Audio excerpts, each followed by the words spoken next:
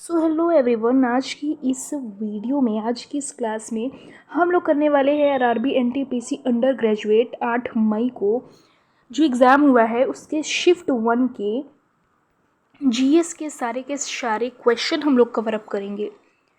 तो ये आने वाले एग्ज़ाम के लिए बहुत ही ज़्यादा इम्पॉर्टेंट वीडियो है बिकॉज़ 13 जून से जो आपका एग्ज़ाम स्टार्ट होगा, आपको इस वीडियो के बाद ये अंदाज़ा मिल जाएगा कि एग्ज़ामिनर क्वेश्चन कहाँ से पूछ रहा है। इस वीडियो को देखने का आपको ये फ़ायदा मिलेगा कि आपको इस क्लास से 4 से 5 क्वेश्चन जो है वो डायरेक्ट आ सकते हैं। तो वीडियो को आप मिस मत कीजिएगा। बिना किसी देरी के चलिए वीडियो स्टार्ट करते हैं। सो हेलो एवरीवन, आप सभी का स्वागत है रूपेश ऑन ड्यूटी चैनल पर। तो हमारा आज का पहला क्वेश्चन जो है वो है, द्वितीय पंचवर्षीय योजना किस मॉडल पर आधारित थी। आंसर जानने से पहले आपको एक बात बता दें कि 1951 से 1956 तक जो है वो पहली पंचवर्षीय योजना चली, जो कि हैरोल्ड डोमर मॉडल पर आधारित था। इस पंचवर्षीय योजना में, पहली पंचवर्षीय योजना में मुख्यतः कृषि पर जोर दिया गया था और भाखड़ा नागल हो गया या फिर हीराकुंड हो गया, ये परियोजना शुरू की गई थी। भाखड़ा नागल हीराकुंड सिंचाई परियोजना जो है वो पहली पंचवर्षीय योजना के दौरान शुरू की गई थी। नेक्स्ट इम्पॉर्टेंट पॉइंट ये है पहली पंचवर्षीय योजना से कि इसमें टारगेट जो रखा गया था कि 2.1% का, लेकिन हमें प्राप्त जो हुआ था वो हुआ था 3.6%। तो ये पहली परियोजना जो है वो हमारे उम्मीद से ज़्यादा सक्सेसफुल रहा था। तो अब हमारा जो क्वेश्चन कह रहा है वो है, कह रहा है द्वितीय पंचवर्षीय योजना के बारे में। तो द्वितीय पंचवर्षीय योजना जो है वो 1956 से लेकर के 61 तक चली थी और इसमें मॉडल जो दिया गया था वो था महालनोबिस मॉडल। यही क्वेश्चन हमारा कह रहा है कि द्वितीय पंचवर्षीय योजना किस मॉडल पर आधारित थी, तो महालनोबिस मॉडल पर आधारित थी। इसमें औद्योगिकीकरण को मेन फोकस किया गया था, बड़े बड़े उद्योग लगाने पर मेन फोकस किया गया था। ये उद्देश्य जो है ये मोस्ट इम्पॉर्टेंट है, इस उद्देश्य को आपको ध्यान में रखना है। नेक्स्ट बात करते हैं तो राउरकेला हो गया, भिलाई हो गया एंड दुर्गापुर हो गया, ये इस्पात जो है वो लगाए गए थे। ये इम्पॉर्टेंट पॉइंट है, ये आपको याद रखना है, राउरकेला, भिलाई और दुर्गापुर। और नेक्स्ट अगर हम थर्ड पंचवर्षीय योजना की बात करते हैं तो इसमें जो है वो गॉडगिल योजना इसका मॉडल था। ठीक है, तो इस क्वेश्चन का राइट ऑप्शन क्या हो जाएगा, महालनोबिस मॉडल। बढ़ते हैं नेक्स्ट क्वेश्चन की तरफ। नेक्स्ट क्वेश्चन हमारा कह रहा है 14 नवंबर को कौन सा दिवस मनाया जाता है।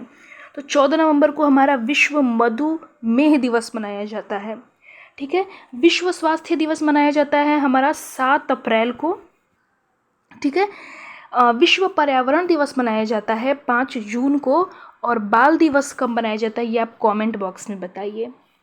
ठीक है, नेक्स्ट क्वेश्चन हमारा क्या कह रहा है, विश्व ओजोन दिवस 2025 की थीम जो है वो क्या थी। इस क्वेश्चन से आपको ये बात जान लेनी है कि डेज एंड थीम टॉपिक आपको क्लियर करके जाना है। ठीक है, तो क्वेश्चन हमारा ओजोन दिवस 2025 की थीम क्या थी ये पूछ रहा है।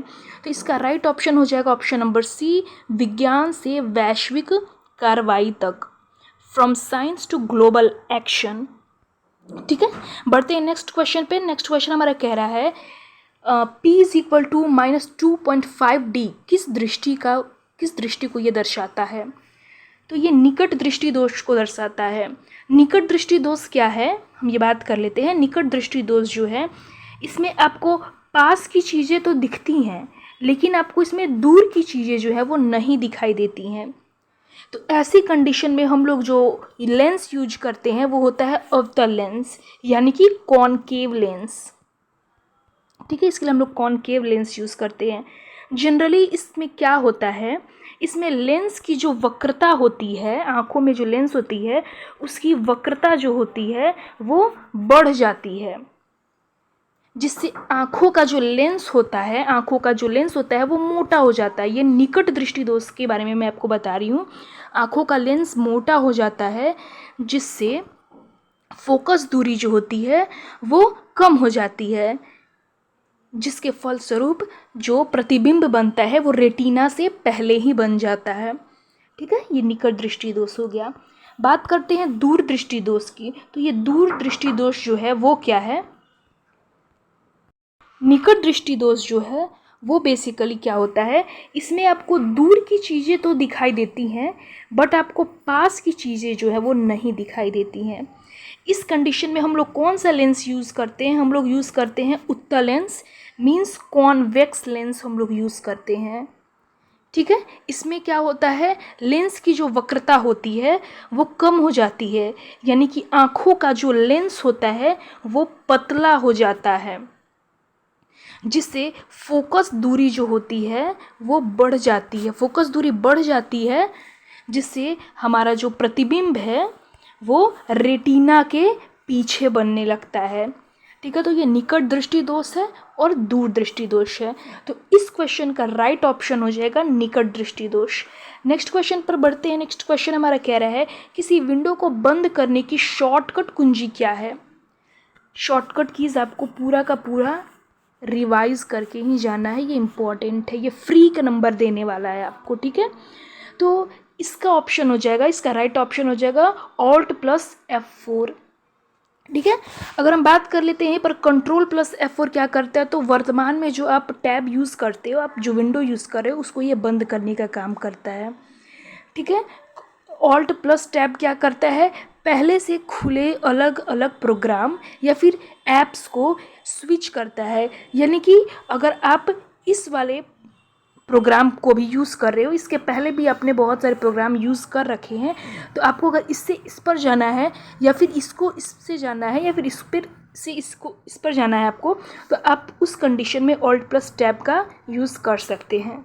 चलिए नेक्स्ट क्वेश्चन पर बढ़ते हैं। नेक्स्ट क्वेश्चन हमारा कह रहा है CPU में सबसे तेज मेमोरी कौन सी होती है? CPU में सबसे तेज मेमोरी जो होती है वो कैश मेमोरी होती है। कैश मेमोरी, चलिए इन सभी ऑप्शंस को हम बारी बारी से डिस्कस कर लेते हैं क्योंकि इस टॉपिक से डायरेक्ट क्वेश्चन आ रहे हैं। तो कंप्यूटर मेमोरी जो होता है, बारी बारी से सभी चीज़ों को हम जान लेते हैं। कंप्यूटर मेमोरी जो होता है वो बेसिकली 4 पार्ट में क्लासीफाई कर सकते हैं हम इसको। पहला जो आता है वो हमारा आता है कैश मेमोरी, दूसरा आ जाता है हमारा रैम, तीसरा आ जाता है हमारा रोम एंड चौथा हमारा आ जाता है HDD, यानी कि हार्ड डिस्क ड्राइव। ठीक है, तो 4 पार्ट में ये मेन हम लोग क्लासीफाई करते हैं। ये जो कैश मेमोरी होता है ये सबसे तेज होता है, जो कि क्वेश्चन पूछा है। कल को अगर ये सबसे महंगा पूछे तो ये इसका आंसर भी कैश मेमोरी ही होगा, यानी कि सबसे तेज सबसे महंगा होता है और ये CPU के ठीक पास में होता है कैश मेमोरी। तो इस कैश मेमोरी से आपके यहीं 3 क्वेश्चन बनेंगे, सबसे तेज होता है, महंगा होता है और CPU के पास होता है। नेक्स्ट हम बात कर लेते हैं रैम की। तो रैम का फुल फॉर्म जो होता है वो होता है रैंडम एक्सेस मेमोरी। इतना बेसिक चीज़ तो आई होप आपको पता होगा कि इसका फुल फॉर्म क्या होता है, रैंडम एक्सेस मेमोरी होता है। अब ये रैम का क्या काम है, रैम जो होता है वो एक वोलाटाइल मेमोरी होता है, यानी कि अस्थायी मेमोरी होता है। अस्थायी कहने का क्या मतलब है कि जैसे ही आप अगर आपका कंप्यूटर बंद हो गया, आप कोई भी कंप्यूटर पर अपने काम कर रहे हैं लेकिन अचानक से आपका कंप्यूटर बंद हुआ तो आपके सारे के सारे डाटा जो हैं वो ख़त्म हो जाएंगे। इसे कहते हैं कि ये एक अस्थायी मेमोरी है, वोलाटाइल मेमोरी है। नेक्स्ट बात करते हैं रोम की। तो रोम का फुल फॉर्म क्या है आप ये कमेंट बॉक्स में बताइएगा। रोम जो होता है ये बेसिकली एक नॉन वोलाटाइल होता है, यानी कि ये एक स्थायी मेमोरी होता है। अगर आपका कंप्यूटर बंद हो गया तो इसका डाटा जो होगा वो डिलीट नहीं होगा, ये डाटा इसमें रहता है। ठीक है, नेक्स्ट बात कर लेते हैं हार्ड डिस्क क्या है। हार्ड डिस्क जो होता है वो एक स्थायी स्टोरेज डिवाइस है जो अपने भीतर जो है बहुत सारा डाटा जो है, ये large number of data store करके रखता है, जैसे आपके ढेर सारे फाइल्स हो गए, फ़ोटोज़ हो गए, वीडियोज़ हो गए, ये सब करता है।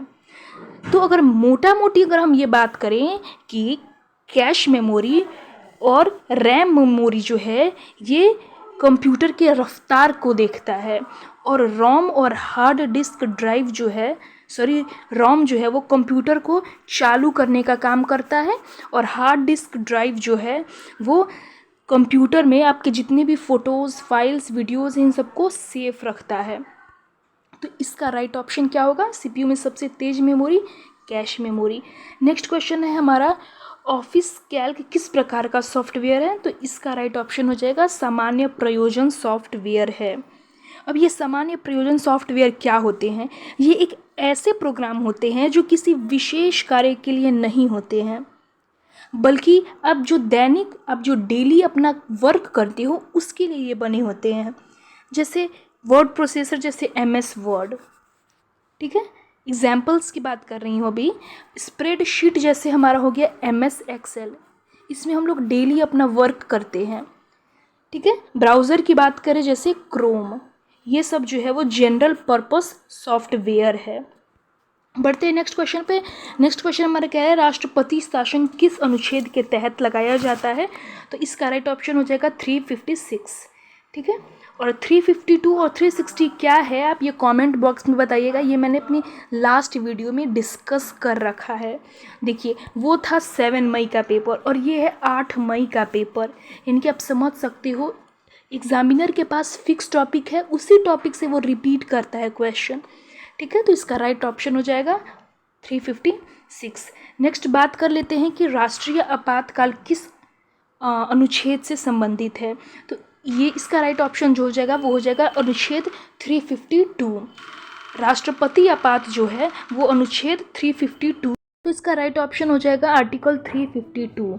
देखिए, पिछले क्वेश्चन में हमारा 356 पूछा था, तो इसमें क्या था, राष्ट्रपति शासन था। आर्टिकल 356 इसका राइट ऑप्शन था, ठीक है। और 352 हमने बता दिया कि राष्ट्रीय आपातकाल है। ये बेसिकली युद्ध की स्थिति में लगाया जाता है या फिर बाहरी आक्रमण की स्थिति में लगाया जाता है। अभी तक 3 बार राष्ट्रीय आपातकाल लगाया जा चुका है। कब कब लगाया गया है? एक बार लगाया गया है 1962 में, एक बार लगाया गया है 1971 में, एंड एक बार लगाया गया है 1975 में, ठीक है। तो वित्तीय आपात से संबंधित 3 इंपॉर्टेंट आर्टिकल है, 52, 352, 356 एंड 360। तो मैंने ये 2 तो बता दिया, ये क्या है आप ये मुझे कमेंट बॉक्स में बताइएगा। बढ़ते हैं नेक्स्ट क्वेश्चन पर। नेक्स्ट क्वेश्चन हमारा, कृष्णा बेसिन जो है वो किस राज्य में स्थित है? तो कृष्णा बेसिन जो है वो बेसिकली कर्नाटक, आंध्र प्रदेश और महाराष्ट्र, इन 3 राज्यों में स्थित है कर्नाटक बेसिन। तो इसका right option option number C हो जाएगा। कर्नाटक बेसिन का जो उद्गम होता है वो महाराष्ट्र के, देखिए यहाँ पर हमारा महाराष्ट्र जो है, महाराष्ट्र के पश्चिमी घाट से, ये पश्चिमी घाट है हमारा, ये पूर्वी घाट है, इतना तो आपको पता होगा। तो यहाँ पर महाबलेश्वर चोटी से इसका उद्गम होता है, और ये कृषि हेतु, कृषि के लिए ये कृष्णा बेसिन जो है वो सबसे बढ़िया माना जाता है। इस बेसिन में गन्ना और धान के लिए ये बहुत ही ज़्यादा उपजाऊ बेसिन है। किसके लिए? धान के लिए और गन्ना के लिए। तो ये इंपॉर्टेंट पॉइंट्स आपको याद रखनी है। बढ़ते हैं नेक्स्ट क्वेश्चन पर। नेक्स्ट क्वेश्चन हमारा कह रहा है, द मैंगो सीजन पुस्तक के लेखक कौन है?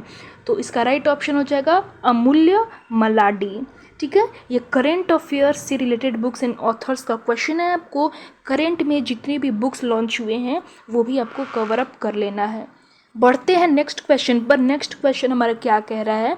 नेक्स्ट क्वेश्चन है हमारा, अरविंद घोष का संबंध किस आंदोलन से था? तो इसका राइट ऑप्शन हो जाएगा स्वदेशी आंदोलन। स्वदेशी आंदोलन जो है वो बेसिकली 1905 में स्टार्ट किया गया था। कहाँ से? तो कलकत्ता के टाउन हॉल से ये स्टार्ट किया गया था। इसका मेन कारण क्या था? मेन कारण था कि लॉर्ड कर्जन जो हैं, लॉर्ड कर्जन ने बंगाल विभाजन की बात कही। तो इस बंगाल विभाजन के विरोध में ही स्वदेशी आंदोलन को शुरू किया गया था, और इसका जो मुख्य उद्देश्य रखा गया था इस स्वदेशी आंदोलन का, इसका मुख्य उद्देश्य जो था वो था विदेशी वस्तुओं का बहिष्कार करना। जितने भी भारतीय विदेशी वस्तु यूज़ कर रहे थे उनका बहिष्कार करना इस आंदोलन का मुख्य उद्देश्य था, ठीक है। इसमें प्रमुख नेता की बात करें जैसे अरविंदो घोष थे, फिर उसके बाद से बाल गंगाधर तिलक थे, फिर उसके बाद से बात करें, लाला लाजपत राय थे। ये सब इम्पॉर्टेंट आपको याद रखना है, कहीं से भी क्वेश्चन घुमा के पूछ सकता है। जैसे अरविंदो घोष इस क्वेश्चन ने पूछा है, कल को आपको लाला लाजपत राय पूछ देगा। एंड एक और जो नेता थे वो थे विपिन चंद्र पाल थे। ये आपको याद रखनी है स्वदेशी आंदोलन के बारे में। खिलाफत आंदोलन की बात करें तो ये 1919 से 1924 तक चला था। ठीक है, मुसलमानों द्वारा ये चलाया गया था बेसिकली। असहयोग आंदोलन की बात करें तो असहयोग आंदोलन 1920 में चलाया गया था और इसका मुख्य कारण जो था वो जालियांवाला बाग हत्याकांड था। भारत छोड़ो आंदोलन की बात करें तो भारत छोड़ो आंदोलन जो है वो चलाया गया था 8 अगस्त 1942 को। ठीक है, और इसका अदर नेम जो है वो इसे अगस्त क्रांति के नाम से भी जाना जाता है, भारत छोड़ो आंदोलन को। और इसमें मुख्य नारा जो दिया गया था वो दिया गया था करो या मरो, जो कि गांधी जी का नारा था। ठीक है, तो ये पूछ सकता है करो या मरो नारा किस आंदोलन से संबंधित है। ठीक है, और इसका लक्ष्य जो रखा गया था वो लक्ष्य था कि हमें भारत को पूर्ण स्वतंत्रता चाहिए। तो पूर्ण स्वतंत्रता की मांग जो है वो भारत छोड़ो आंदोलन में की गई थी। तो इस क्वेश्चन का राइट आंसर जो होगा वो होगा स्वदेशी आंदोलन। नेक्स्ट क्वेश्चन हमारा क्या कह रहा है, भारत में सबसे अधिक प्रयुक्त सिंचाई पद्धति कौन सी है। ठीक है, भारत में अलग अलग तरीके से सिंचाई होती है, लेकिन सबसे ज़्यादा प्रयुक्त होने वाली सिंचाई पद्धति जो है वो है सतही सिंचाई, सरफेस इरिगेशन। ठीक है, सतही सिंचाई बेसिकली क्या होता है कि खेत में जो होता है ना, जैसे मान लीजिए ये आपका खेत है, यहाँ पर आपने पेड़ पौधे लगा रखे हैं, तो यहाँ पर क्या किया जाता है, पानी जो है वो खेत की सतह पर खुला छोड़ दिया जाता है। तो यही जो होता है वो होता है सतही सिंचाई। ठीक है, और जितने भी ऑप्शन हैं उन सबको भी डिस्कस कर लेते हैं। ड्रिप सिंचाई जो होता है, ड्रिप सिंचाई, जैसे मान लीजिए ये पौधा है कोई, ठीक है, आपने पौधा लगाया है, तो आप इसकी जड़ में बूंद बूंद करके जब सिंचाई करते हैं तो ये होता है ड्रिप सिंचाई। इससे पानी की बर्बादी नहीं होती है। ठीक है, नेक्स्ट बात कर लेते हैं स्प्रिंकलर सिंचाई क्या है। तो बेसिकली स्प्रिंकलर सिंचाई जो है इसको छिड़काव सिंचाई के भी नाम से जाना जाता है। इसमें क्या किया जाता है कि पाइप का यूज़ करके, जैसे बारिश होती है ना फव्वारा वाली बारिश, तो पाइप के माध्यम से फव्वारे के जैसे इसमें सिंचाई की जाती है। ठीक है, और ये पौधों पर ये सबसे अच्छी, इसे भी अच्छा तरीका माना जाता है। ये बेसिकली उन जगहों पर की जाती है जहाँ ऊबड़ खाबड़ सतह होती है या फिर रेतीली ज़मीन होती है, उन जगहों पर स्प्रिंकलर सिंचाई की जाती है। नेक्स्ट बात कर लेते हैं भूमिगत सिंचाई क्या है। तो मिट्टी की सतह के नीचे जो होता है, इसमें क्या होता है, मिट्टी के सतह के नीचे पाइप लगाया जाता है, बिछा दिया जाता है, जिससे पानी जो है वो सीधे पौधे की जड़ों तक पहुंचता है। मिट्टी के अंदर से पौधे के जड़ के भीतर जो है वो पानी जाता है, तो ये होता है भूमिगत सिंचाई। तो सबसे अधिक कौन सी सिंचाई यूज़ होती है, सतही सिंचाई। नेक्स्ट क्वेश्चन है हमारा, पहला इलेक्ट्रॉनिक कंप्यूटर कौन था। तो पहला इलेक्ट्रॉनिक कंप्यूटर था एनियाक। ठीक है, जिसे 1946 में डेवलप किया गया था। किसके द्वारा किया गया था, जॉन मॉचली द्वारा। और इसमें एक और इंसान थे, वो थे प्रिंसिपल एकॉर्ड थे। ठीक है, ये दो लोग जो है वो मिलकर के एनियाक को बनाते हैं। ठीक है, एनियाक का फुल फॉर्म की बात करें तो एनियाक का फुल फॉर्म होता है electronic numerical integrator and computer. और इसका वजन जो था वो लगभग 30 टन के आसपास था। मतलब ये पूरे रूम में रखा जा सकता था, इतना बड़ा, इतना हैवी था ये। ठीक है, तो चलिए बढ़ते हैं नेक्स्ट क्वेश्चन पर। नेक्स्ट क्वेश्चन हमारा क्या कह रहा है, 104वां संविधान संशोधन जो है वो किससे संबंधित है। तो 104वां संविधान संशोधन जो है वो एंग्लो इंडियन प्रतिनिधित्व से संबंधित है। ठीक है, तो 101 से लेके 105 तक के हम सारे संशोधन आपसे डिस्कस कर लेते हैं। तो 101वां संविधान संशोधन जो था, इसके माध्यम से जीएसटी लागू किया गया था। ठीक है, 102वां संविधान संशोधन जो था, इसके माध्यम से ओबीसी आयोग को संवैधानिक दर्जा दिया गया था। ठीक है, नेक्स्ट अगर हम 103वां संविधान संशोधन की बात करें तो इसके माध्यम से ईडब्ल्यूएस को 10% का आरक्षण दिया गया था, 10% रिजर्वेशन दिया गया था। ये बहुत बार एग्जाम में पूछा है 103। तो आप इसे याद रखना। और 104 जो था, जो कि क्वेश्चन पूछा है, इससे एंग्लो इंडियन का सीट जो है वो समाप्त किया गया था। और एक और चीज़ किया गया था, एससी और एसटी आरक्षण जो है वो 2030 तक बढ़ाया गया था। ये भी क्वेश्चन रिपीट हुआ है, ये सेकंड वाला, एससी एसटी आरक्षण 2030 तक बढ़ाया गया था। और 105वां संविधान संशोधन की बात करें तो इसमें राज्यों को ओबीसी सूची बनाने का अधिकार दिया गया था। इसमें राज्य जो है वो ओबीसी सूची जो है वो बना सकते हैं। तो ये था हमारे आज की इस क्लास के 8 मई को जो पेपर हुआ है उसके 15 क्वेश्चंस। हमारे पास अभी और भी बहुत सारे क्वेश्चंस हैं, 30 क्वेश्चंस है टोटल। तो सारे के सारे क्वेश्चंस इस वीडियो में डिस्कस नहीं कर सकते हैं, बिकॉज ये वीडियो जो है वो बहुत लंबी बन जाएगी। तो इसका पार्ट 2 हम लेकर के आएंगे, ये पार्ट 1 है। तो इन सारे क्वेश्चंस को आपको ध्यान से पढ़ लेना है, इससे रिलेटेड टॉपिक्स को भी आपको कवर कर लेना है। और हम जो ये PYQ सीरीज़ ला रहे हैं, इस सीरीज़ को आपको फॉलो करना है। इस सीरीज़ से आपके 10 से 15 क्वेश्चन जो है वो आपको फिक्स हो जाएंगे। सो चलिए मिलते हैं किसी अनदर वीडियो में। तब तक के लिए वीडियो को लाइक कीजिएगा एंड ज़्यादा से ज़्यादा इस वीडियो को शेयर कीजिएगा।